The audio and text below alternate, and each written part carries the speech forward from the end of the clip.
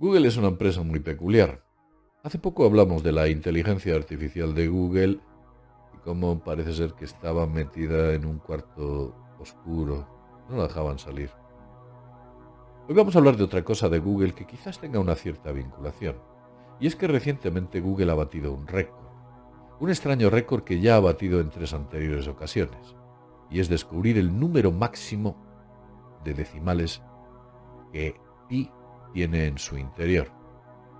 Y cuando digo número máximo es descubierto, no es que hayan llegado al final. No, parece ser que hay mucho más.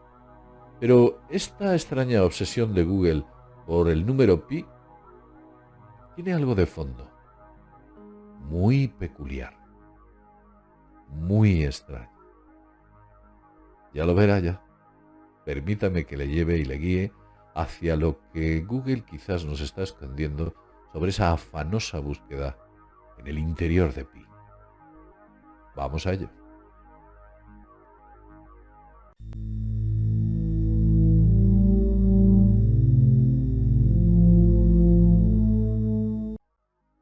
Buenos días y bienvenidos a mundodesconocido.es.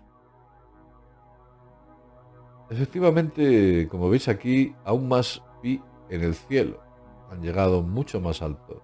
Y si me muevo concretamente en esta dirección y me hago chiquitito, dice así, cálculo de 100 billones de dígitos de pi en Google Cloud. Aquí pone billones, en notación estadounidense sería trillones, trillones, ellos dicen trillones. En realidad billones son 12 ceros más 100 serían ni más ni menos que 14 ceros. Un 1 seguido de 14 ceros lleno de decimales. Por eso aquí pone trillones, notación estadounidense, y allí pone billones. Hay algo que es muy interesante y que se esconde en el fondo de todo este tipo de cuestiones. Aquí dice que los récords están para batirse y dice que en el 2019 calcularon 31,4 billones de dígitos de pi. Habla de que es un récord, pero se les olvida decir que ese récord ya había sido batido anteriormente por el propio Google, quien había alcanzado, creo recordar, que 16 billones más o menos. Os diré la cifra concretamente. Fue en el año 2016 cuando alcanza los 22,4 billones, y lo estoy leyendo que no lo tengo de memoria.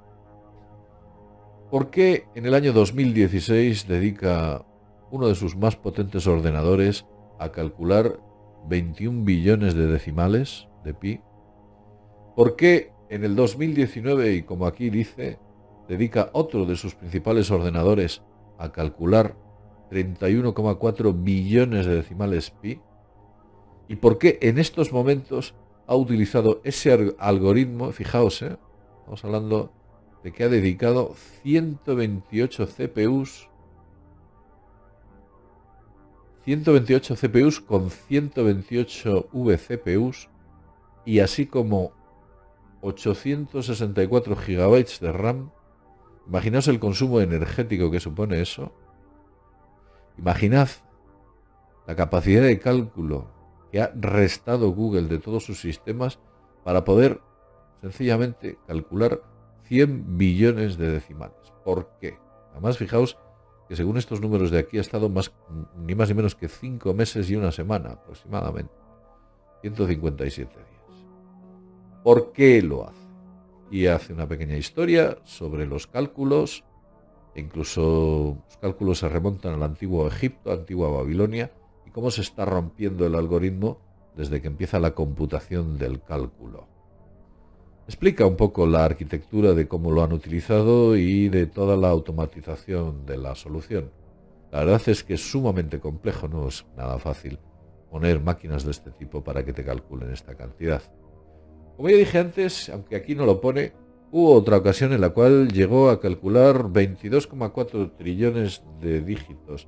Aquí no lo ha puesto en el artículo de Google, pero en este fantástico blog de un suizo que se dedica afanosamente también a la investigación de pi, bueno, pues parece ser que nos dice aquí que Google anunció, y hace referencia al año 2019, un nuevo récord de computación habiendo superado ni más ni menos que los antiguos 22,4 trillones de dígitos de pi.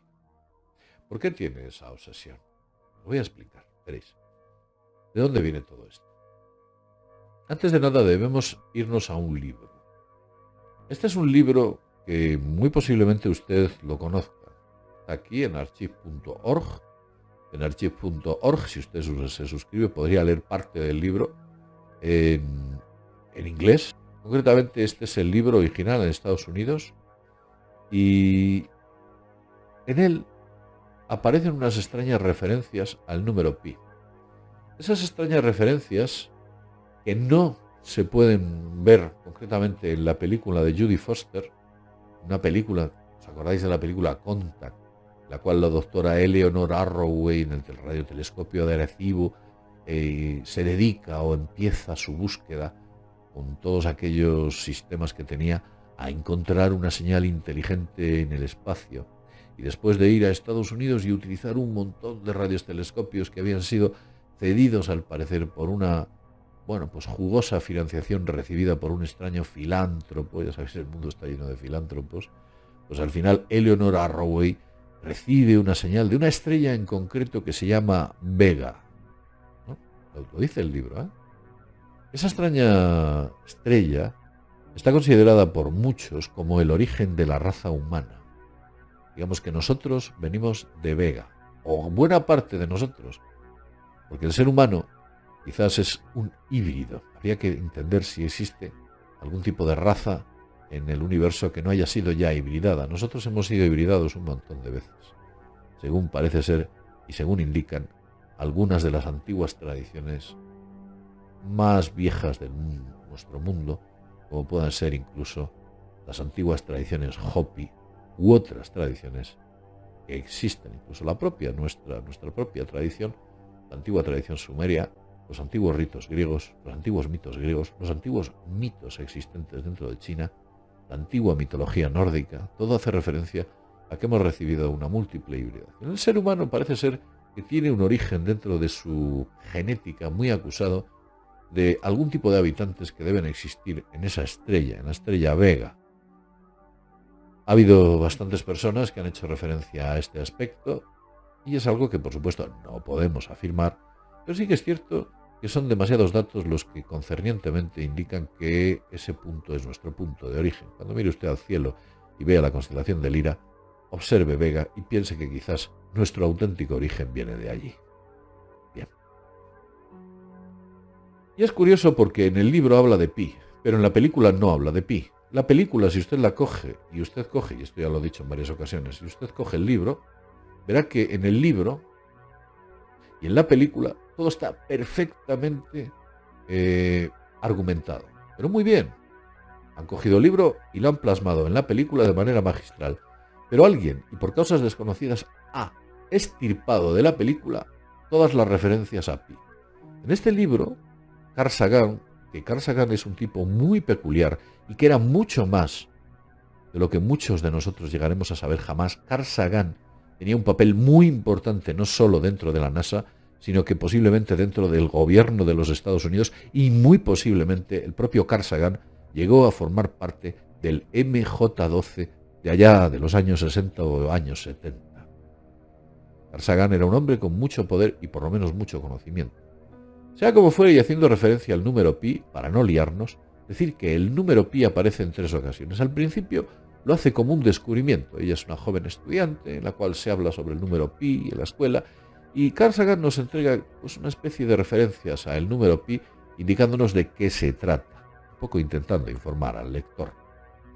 En la mitad del libro, si os acordáis, hay una escena muy interesante, y es cuando Eleanor Arroway utiliza aquella máquina cuyos planos habían sido recibidos desde la estrella Vega, que posteriormente se había construido la máquina, y en la máquina ella es la que decide, la que viaja hasta ese lugar a través de una especie de agujeros de gusano que finalmente acaba desembocando en un extraño mundo que ni ella misma sabe si corresponde a su propia imaginación o no, porque en aquel mundo llega a ver a su padre. Y su padre, que en la película sale magistralmente interpretado, le dice algo más de lo que dice en la película. le dice que el siguiente paso para la humanidad está dentro del número pi. Pues Eleanor Arroway lo que se pregunta es ¿por qué hay dentro del número pi el siguiente paso de la humanidad?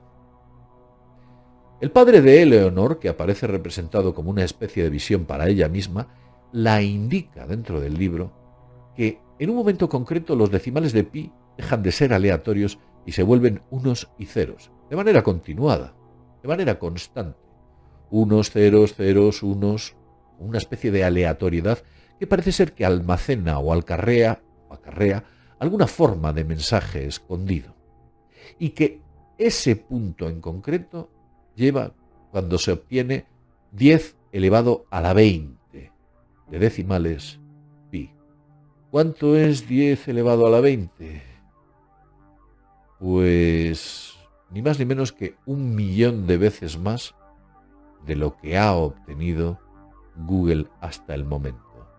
Google está trabajando afanosamente para llegar al punto donde Carl Sagan indica dentro de la novela.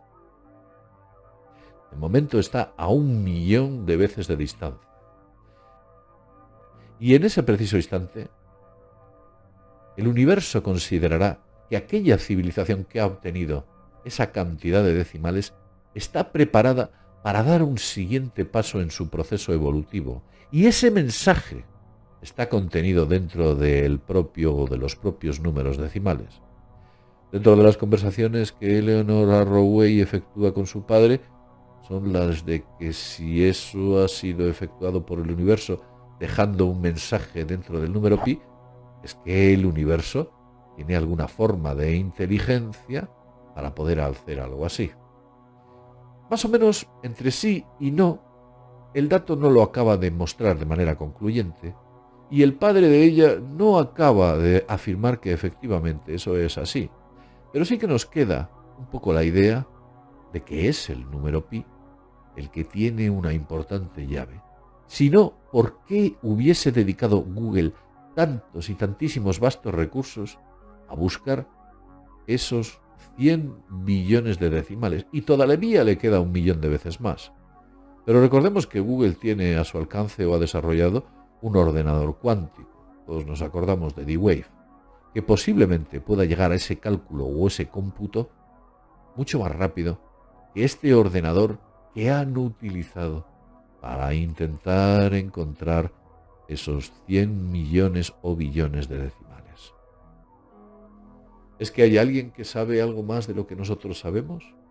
Al final de la novela, Jodie Foster, o en este caso la doctora Eleanor Arroway, se dedica afanosamente a utilizar o a buscar esos decimales que pi contiene en su interior a través de una serie de supercomputadores que le son cedidos para trabajar a tiempo parcial e intentar de ese modo desentrañar el siguiente mensaje que la humanidad debe encontrar. Quizás Google está buscando un mensaje extraterrestre dentro del número pi. Quizás Google intenta desentrañar lo que Carl Sagan dice en esta novela, que habría que verla con otros ojos más allá que una mera novela, e intentar comprender que en su interior se encuentra el siguiente paso que la humanidad tendría que dar. Sé que algunos pensarán que el cálculo de Google sencillamente lo ha hecho para demostrar la fuerza bruta que puede tener, la potencia de cálculo frente a otros sistemas, el diseño de sus clouds y sus poderosos ordenadores. Una especie de, mirad, aquí estoy yo y soy el más fuerte. Quizás las cosas son mucho más complejas que todo esto. Y algo más de una especie de presentación como una flamante etiqueta en la cual somos capaces de llegar hasta aquí, lo que hay de fondo es lo que antes he dicho. ¿Está Google buscando el mensaje extraterrestre dentro del número pi? ¿Puede ser eso? Y ni siquiera sería extraterrestre.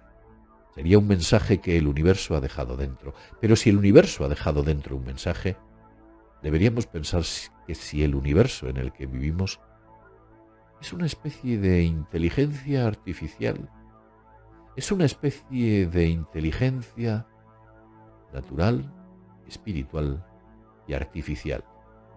No lo sé, pero igual que los animales hicieron al ser humano en su proceso evolutivo, o eso es lo que dicen, tal vez el ser humano haga a máquinas inteligentes que estén por encima de él y éstas a otras máquinas que estén por encima de las anteriores, mezcladas con biología y sistemas de supercomputación. ¿Cuál es el futuro real? ¿Por qué ese empeño tan insistente que existe por parte de ciertos organismos internacionales para que todos estemos conectados? Muchas veces le doy vueltas a todo este tipo de cuestiones y creo que poco a poco voy desentrañando una extraña idea que quizás se encuentre de fondo dentro de todo lo que está ocurriendo en estos momentos en nuestro querido planeta. Un abrazo para todos y sin más, desde mundodesconocido.es nos vemos en el próximo vídeo programa. Hasta pronto.